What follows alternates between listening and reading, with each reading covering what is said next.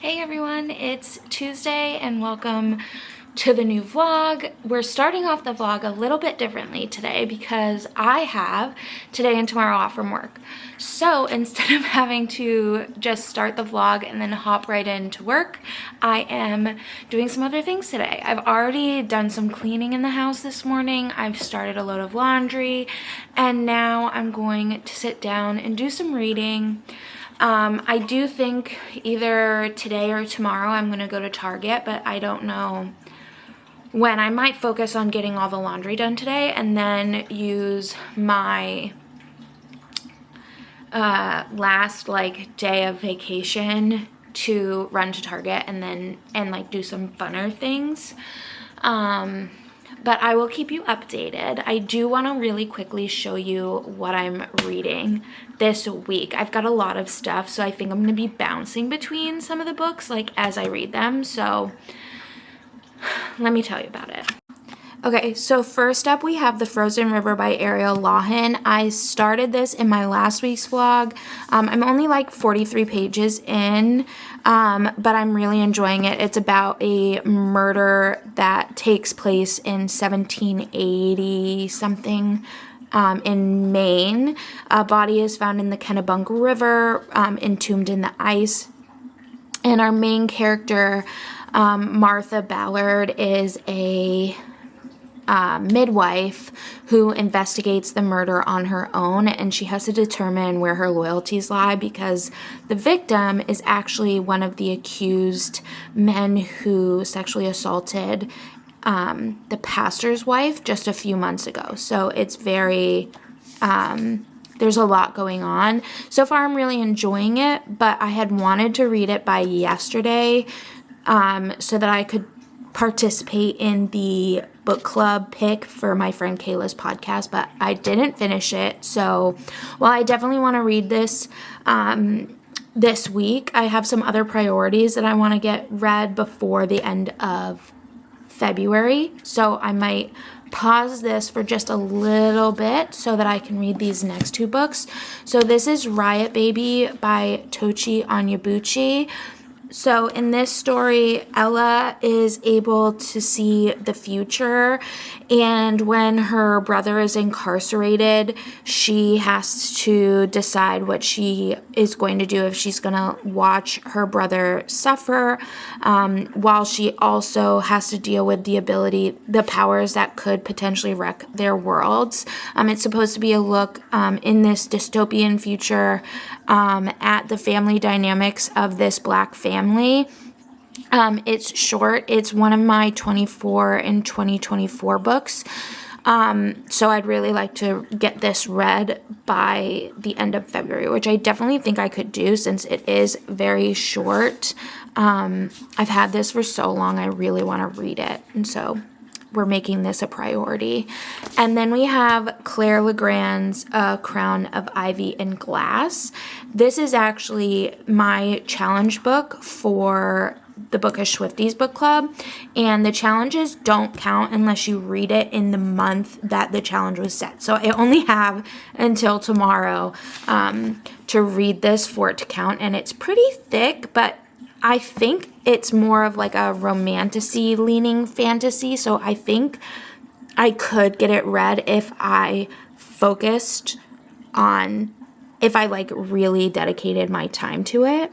So in this book we have Lady Gemma. She is our main character. She is in a wealthy family and she seems to have everything, but she's actually not very happy. Her sister was taken to protect against this deadly magic, and then her father and her eldest sister don't pay attention to her very much, and there's also this other family who they are fighting with, and then she also is the only person in her family to have magic, but the magic actually her body fights against it, so she's just constantly sick and not well.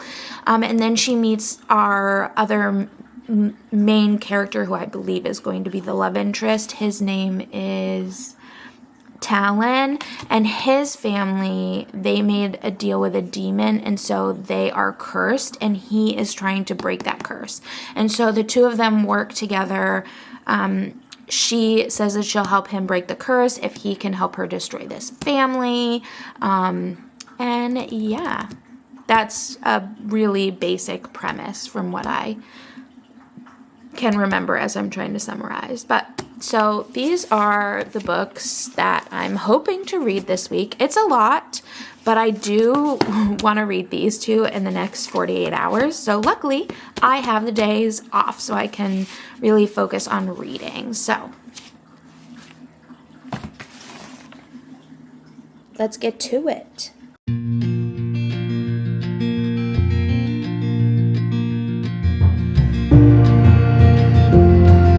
Hey everyone, it's been a few hours and my laundry is almost done, but I have also finished Riot Baby by Tochi Onyebuchi.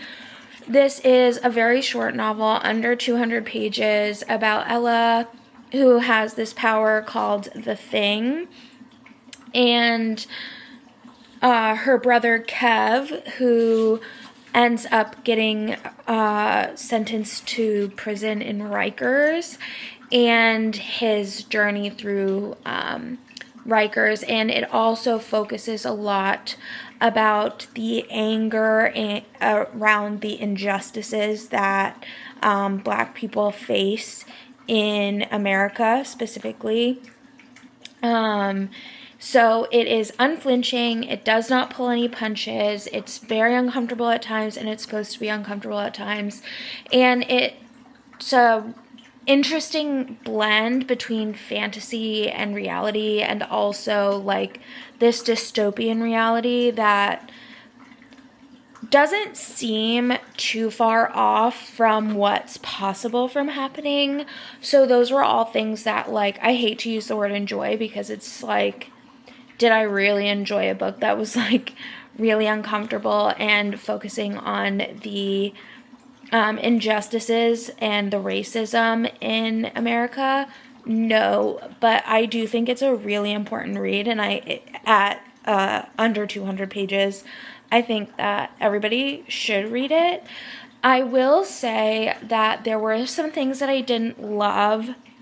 I think this story could have done well to have more pages. I think maybe even 40 or 50 more pages could have allowed the author some time to flesh out some ideas, provide more clarity for some things, and also make the transitions not only between the two characters, but also the time periods and the timeline.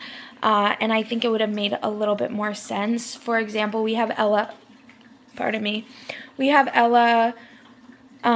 who has this power called the Thing. And at first, like in the description, it really seems like it's just this power to tell the future, but that's not really what it is. There's a whole lot of things that involve this power. She can tell the future, she can jump back in time, she can also bring other people back in time with her, she can jump forward in time, she can also like explode things with her mind, and move things with her mind. So there's a lot happening, and I think it was a little bit too much, especially for like a magic system that was so unexplained. And then we had two different perspectives. So Ella's perspective is told in third person, and Cav's is told in first person. And they switch almost like without any warning. So it can be a little disorienting when you're reading it. But at the same time, it's like it pushes forward, like the story pushes you forward, and it's really not hard to just sit down and read it in one sitting. I think if I wasn't also trying to do laundry, I would have finished it much quicker because I would have just sat and devoured it all in one sitting. But just because I didn't love some of the choices that were made, not in the storytelling aspect, I get, like, not in the story aspect, but just I think it could have been at least 40 or 50 pages longer to really flesh out some of the ideas, to flesh out some of the characters. I really don't think I understood Ella's motivations apart from her righteous anger about the injustices that she and the people that she loves faces. But I would have liked to understand a little bit more about how she feels and copes with the magic.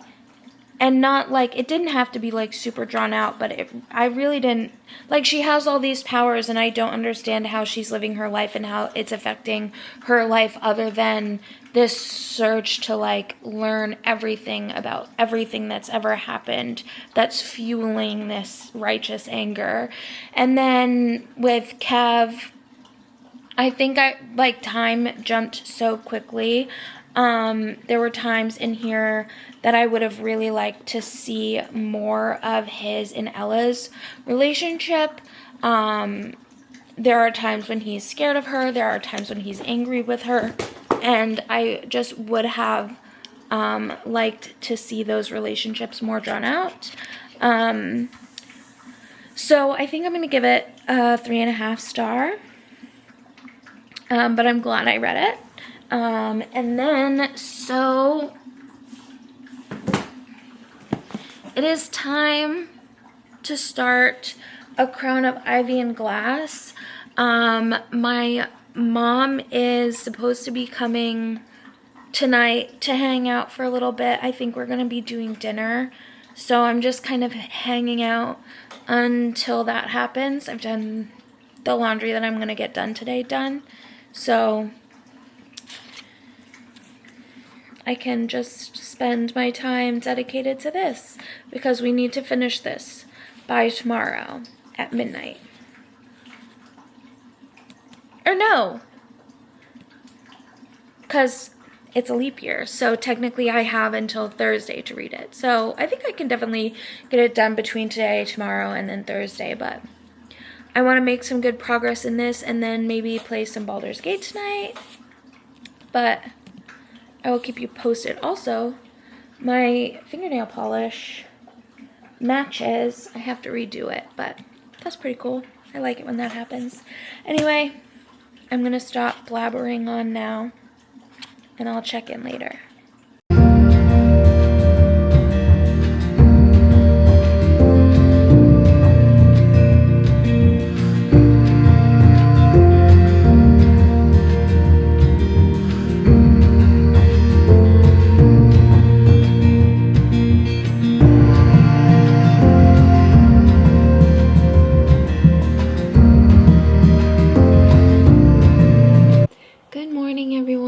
It's Wednesday. I did do a little bit of reading in A Crown of Ivy and Glass last night until I fell asleep. I went to bed actually kind of early for me, at like 11 p.m. But I am up to page 59 and I'm on chapter 5. I am really enjoying it, and I think I might have said that our main character Gemma, she's the only person in her family to have magic, but what I actually meant was that she's the only person in her family to not have magic, and so the magic affects her and makes her sick, so she can't even like touch her, like she can't like hug her family members who have magic because it'll like make her ill. She also deals with some pretty intense anxiety and panic attacks, and we've just met. So let me go back. So we have Gemma. She has 2 older sisters, Farron, who's the heir, and then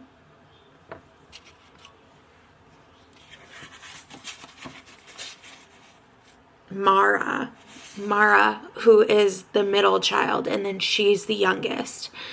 And in this world, there is this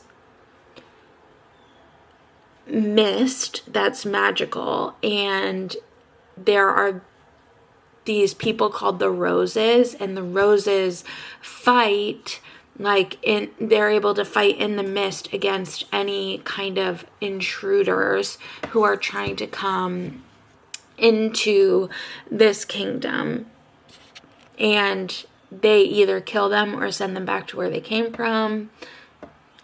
And our main character, Gemma, she was supposed to go to be in the roses, but Mara, her older sister, the middle sister, convinced the warden to take her instead. So Gemma lives with a lot of guilt over the fact that her sister is basically spending her whole life in servitude towards the roses because she was sent instead of Gemma. And so she is constantly feeling this overwhelming guilt over that, and then she's not good enough and she doesn't have any magic. And we have this one scene where she and her family go to visit Mara, and Mara tries to tell her something, but we don't know what Mara tries to tell her because there's an attack. And she runs after Mara, trying to find out what it is, and she ends up getting stuck in the mist. And in the mist, we hear that the people are after the girl, and Gemma thinks that they're talking about her. And so after this happens, and this is also like the first attack that's happened like so close, Gemma decides to put on a ball because it's like normal, and it will give the people a sense of like normalcy and help alleviate any fears that might linger from this attack that happened so close to home. And at this ball party, she meets our other character, Talon, and he was cursed. His family was cursed by a demon, and so he is like, well, I will fight the demon that cursed your family to constantly be fighting against this other family if you can help me restore my family's reputation. So that's where we are right now. I understand that I didn't explain that very well, but it's 8 o'clock in the morning, and that's about the best you're gonna get from me. I am sitting down to edit last week's vlog because made a hair appointment today at 10. So I only have like an hour and 30 minutes to edit this vlog and get it up around the time that I usually get it up. So I'm gonna stop talking and I'm gonna get to that, and then I will be back later to update you on both reading and my hair. So we finished editing, but I didn't have time to get it uploaded to YouTube before I have to run, so it will come late, but at least it's ready to be uploaded when I get home. Whoops. Hello everyone. I am done at the hairstylist, as you can see. I went shorter and I went back to red. I was red a long time ago, and then I went blonde, and then I've recently been wanting to go back to like a darker color, so I went with red. I'm not loving it in the way that she did my roots. We had to do like some color correcting because of the blonde in my hair, but now I have an issue with how my roots look up at the top, and I'm gonna hope that after a first wash, just with how blonde bleed, or how red like bleeds, that it will kind of merge better and like flow better with the rest of the color. If not, I did just run to Target to buy some beanies so that I can wear beanies until I can get it touched up elsewhere, because I do not think I'll be going back, because they also ruined my sweatshirt. They didn't tell me that I should remove it, so I thought that it would be fine. But there is hair dye all over my sweatshirt. And I thought just like the cape and the towel that they put on would have been enough, but it wasn't. And I'm trying not to be upset about it because it is just a sweater and worse things could happen, but I am upset. So here it is in some natural light before I go in my house and put a beanie on so I don't have to look at it. So that's not really how you want to feel after getting your hair done, but it is in fact how I'm feeling. So everything's fine. Everything's fine.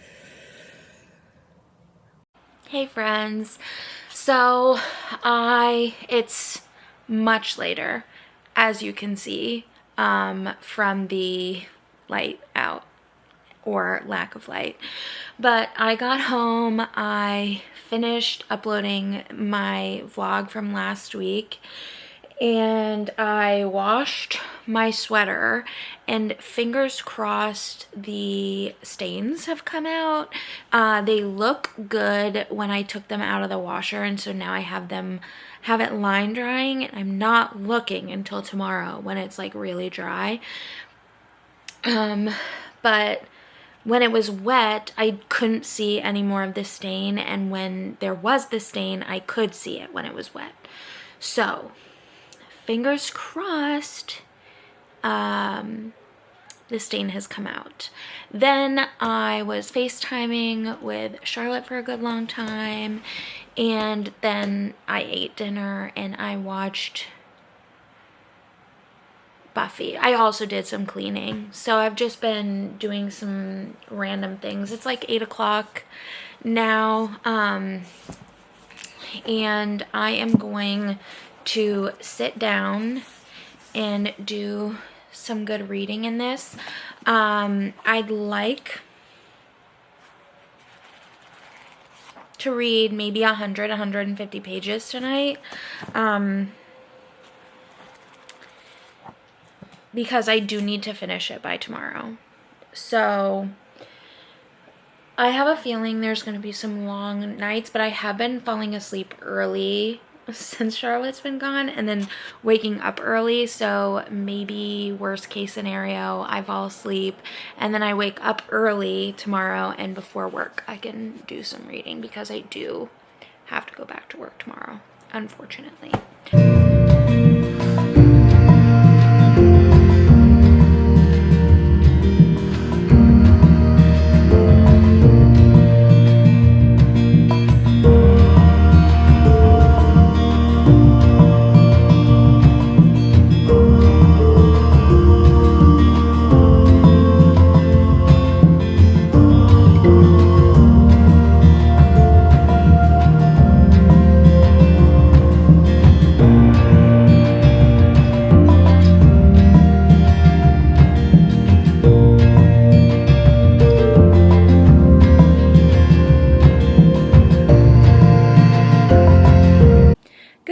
Everyone, it's Thursday around 9 a.m.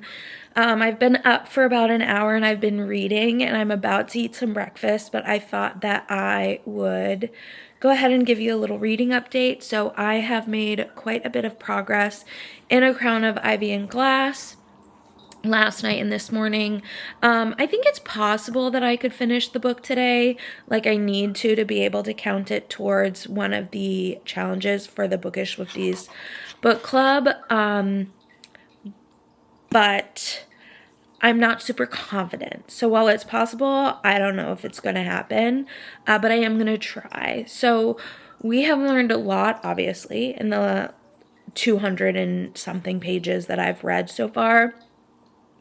We've learned more about Talon. He has this magical ability to feel and change other people's emotions, and he's called an empath.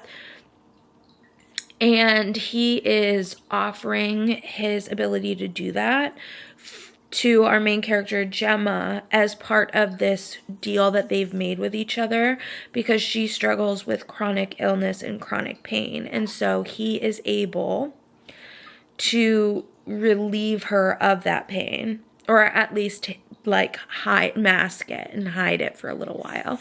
And she also struggles with a lot of anxiety, so he is able to use his power to soothe her anxiety. And they're using his power as well to try and accomplish some of their other goals, some of their other long-term goals. And at the same time as they are like investigating this demon that may or may not have cursed Gemma's family to always be fighting this other family, the Basques, there's something happening with Gemma. So something is like awakening inside of her that's like really powerful and terrifying. And Gemma doesn't understand it, and nobody else is understanding it either. So that's really fascinating. And it's also happening at the same time that these mists are changing. So there's this mist that our main character's sister like goes into to fight against like people who come into it.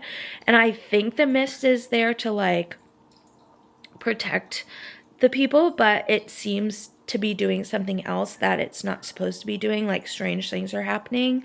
So there's a lot going on. And I'm very intrigued by all of it, but I don't think I'm loving it so far. There are a lot of things that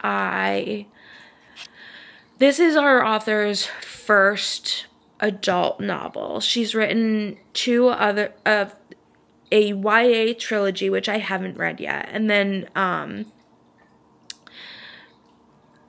I think she's written another YA like horror fantasy.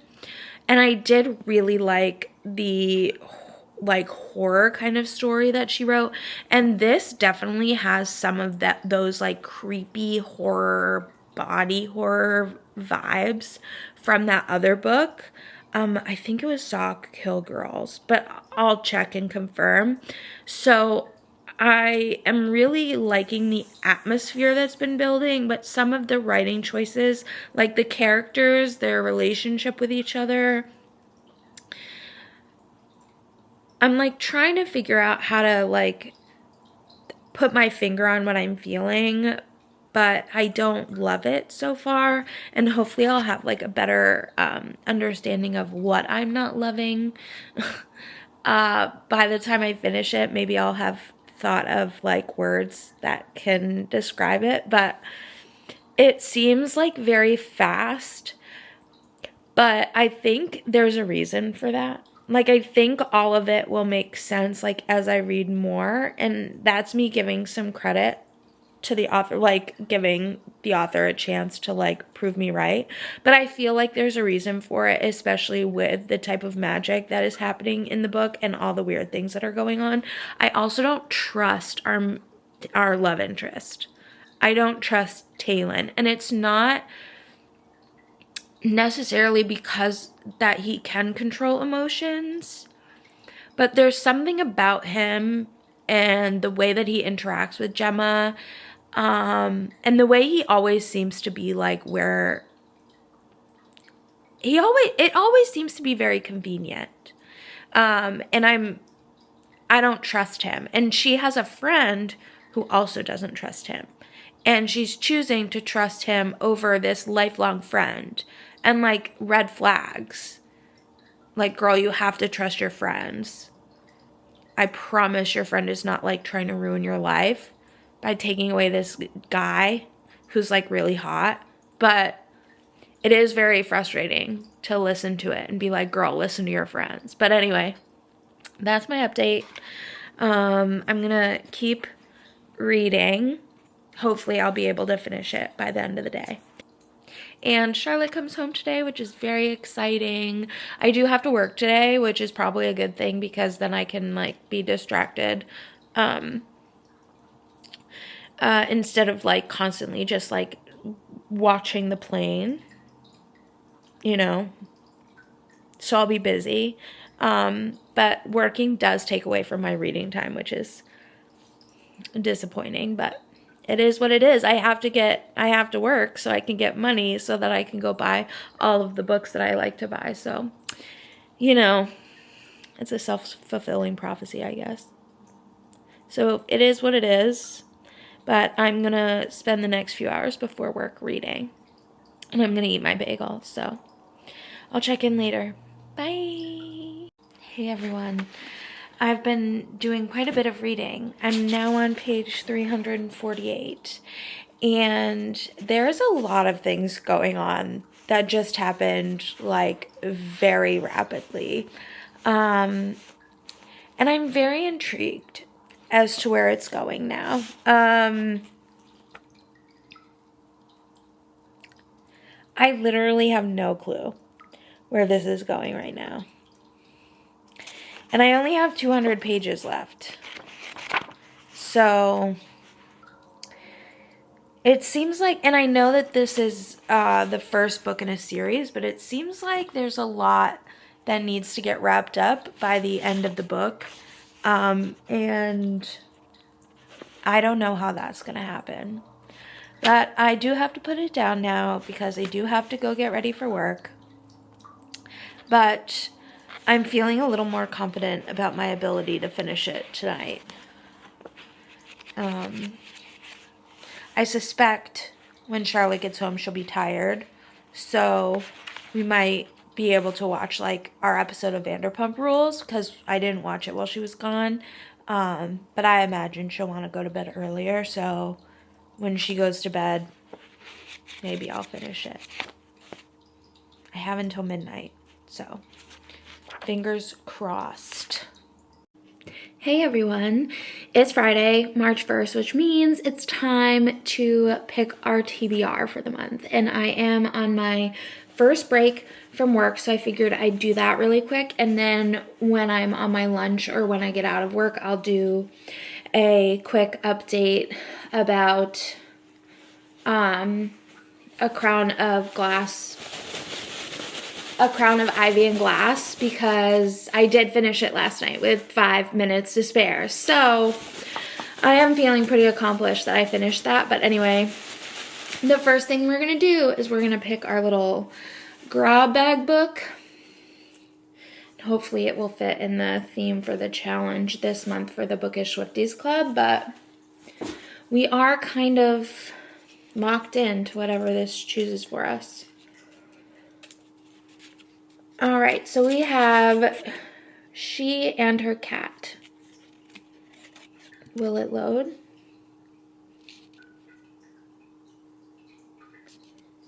She and Her Cat. I'm pretty sure that's by Makoto Shinkai. Yes.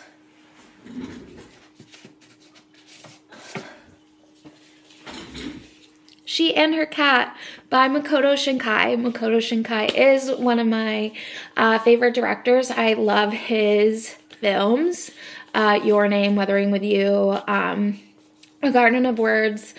So I'm very excited that this is on the TBR, and I'm pretty sure this will count towards the general fiction category, but I will have to double check. But at least it's relatively short, so hopefully it won't take too long if it doesn't fit in the category. So without further ado, let's talk about my TBR, like my full TBR. Okay, so here is my February TBR. It's a little smaller than last month's because it's actually a readathon month for the Bookish Swifties book club. And I am on a team where we're reading thriller mysteries, nonfiction, historical fiction, and I think general fiction. And because of that, nothing else will count. So I am waiting to re-pick up some of the book club picks from the previous months for later in the year. We're just gonna push them and focus on the readathon for this month, with the exception of a few things. So first off is we have The Frozen River, which I wanted to read and didn't finish last week. And I haven't finished it this week. So I wanted to finish it in February, but I just didn't. But I don't want to leave it because I've already started it. So I am going to finish it this month, even though it won't count for the readathon since I started it already in February. So the rules are that you have to start it and end it in March. So even though I only read 43 pages, it won't count towards the readathon. So I have to read this, and I have to read it pretty quickly so I don't lose any time for the actual readathon reads. So we have The Frozen River by Ariel Lawhan. Then we have my classic for the month, which I also think will count towards general fiction. You can't really see it, but it is The Odyssey, translated by Emily Wilson. I have the audiobook for this, so I am going to cross out 2 birds, 1 stone with my classic and a general fiction pick for the readathon. Then we have the Bookish Swifties book club picks. So we have Firekeeper's Daughter by Angeline Booley for the YA pick, and Murder Your Employer by Rupert Holmes as the adult pick. Neither of these will also, I don't think either of these will count either for the readathon. But they're the March picks, so I am going to put them on my TBR just to see if I can get to them and read them. Then for my nonfiction of the month and for my nonfiction for the readathon, I have Capote's Women, A True Story of Love, Betrayal, and A Swan Song for an Era by Lawrence Lemur. I also have the audiobook of this. Well, I don't have it, but it is included in Spotify Premium, so I am going to listen to it there. And then I did check some of the other nonfictions that I have on my TBR, and I was able to find audiobooks for all of those, both on Spotify, and I have a few Audible credits that I haven't used since canceling my Audible. So if I have to, I can use that, and then I can also check Libby. So if I finish all of these, or when I finish this on audio and the Odyssey on audio, I might pick up another audio for another nonfiction to get another nonfiction read for the readathon. But that's the one that I'm going with. And then we know that I have She and Her Cat by Makoto Shinkai because of the grab bag. And then for my year in 2024 picks, the 2 that I'll read in March, we have Winter Garden by Kristen Hanna, which is a historical fiction. So this will cross off 2 birds, 1 stone as well. And then we have The Girl in the Mirror by Rose Carlyle, which is a thriller. So it too will cover 2 birds with 1 stone, a 24 and 2024 book pick, and a thriller for the readathon. And then depending on if I read all of those, which would be incredible and not expected at all, then I will just continue to pick up books in the 4 categories: nonfiction, historical fiction, general fiction, and thriller and mysteries, because for the readathon I chose to challenge myself. So I picked genres that I don't usually read. While I do read historical fiction, my main genre is fantasy, and I tend to lean more towards romance, based on the options that I was given. So I did choose to challenge myself. So this is why I'm in that team. So yeah, that's my March TBR. And I do have to get back to work now, but when I'm done, we can talk a little bit about A Crown of Ivy and Glass, because I did finish it. Go me! So anyway, I will check in later. Bye, guys! Hey everyone, so I'm out of work now, and really quickly I just wanted to do a reading update for Crown of Ivy and Glass. So I finished this last night with like 5 minutes to spare to count it towards my January reads. I liked this. I didn't love it. I'm going with like a 3.5-star rating for this.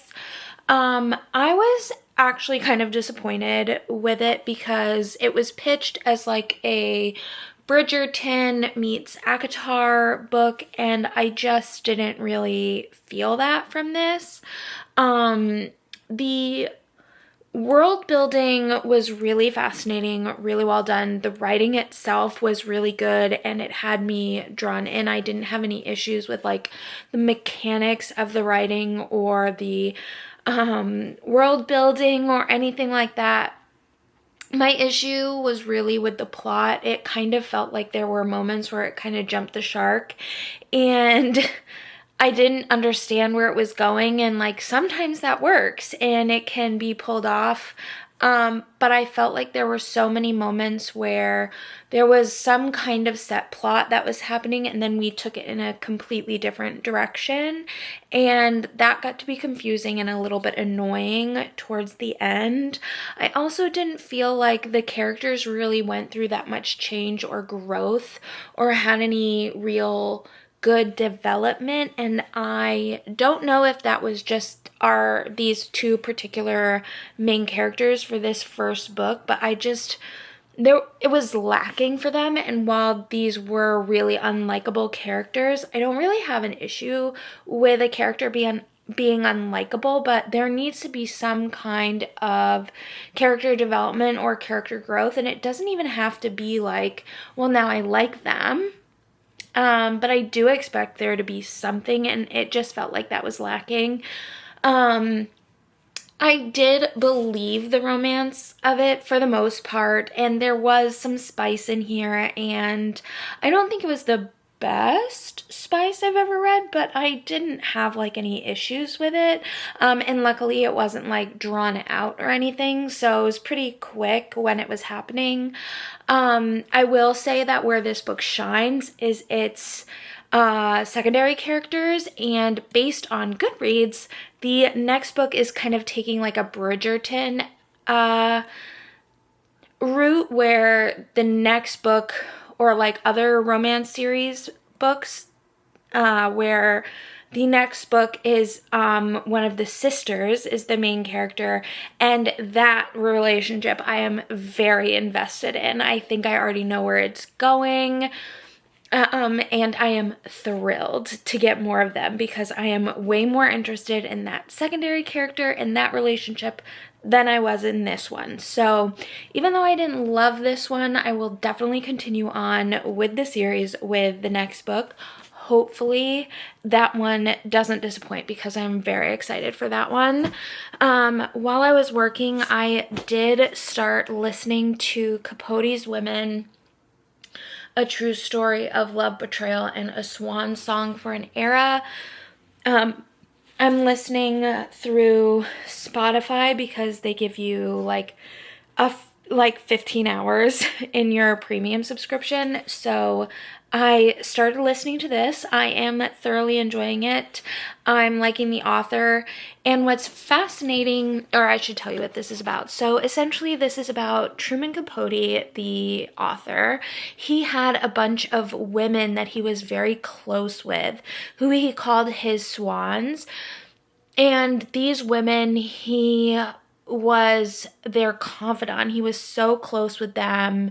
They told him things that they didn't tell anyone else, and then he betrayed them, like in the ultimate way, by writing this book that was supposedly fiction, but it was very clearly based on the things that they had told him. And it was very clear who the women were based on. And so this is telling the story of these different women and Truman Capote, and then eventually we're going to find out how he betrayed them.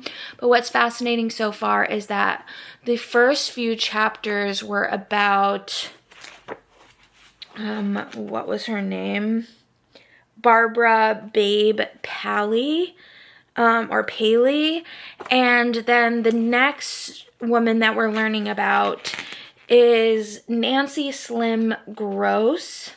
And through learning about their story and seeing where they came from, their history, their experiences, we're also getting to know Truman Capote's history, and we're seeing how these kind of stories kind of intermingle with each other, and I think it's really fascinating. I'm thoroughly enjoying it.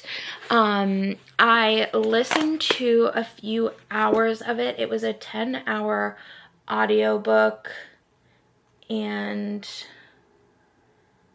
let's see. I have 8 hours and 4 minutes left, so I listened to probably just over 2 hours of it today while I was working. Thrilling. I'm really liking it so far. And for pages, that's 72. So, very good. I'm loving it so much. I can't wait to listen to more of it tomorrow while I'm working. So, that is exciting. I'll probably finish it tomorrow. And then for the book that I'm going to be reading, I am going to pick back up The Frozen River by Ariel Lawson. I have read 43 pages of it, so not that much. But I did start it last month, and I really don't want to carry it into the rest of the month or into even April.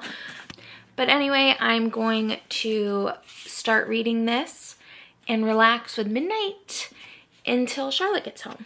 So I'll check in later.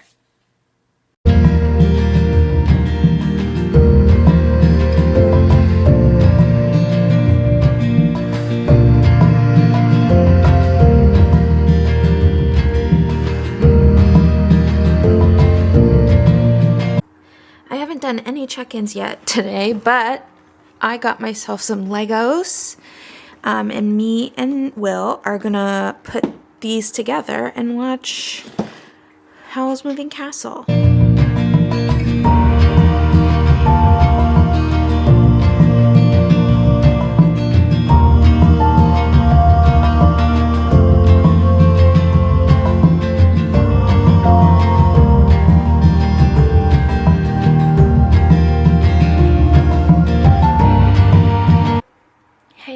It's Monday, the last day of the vlog.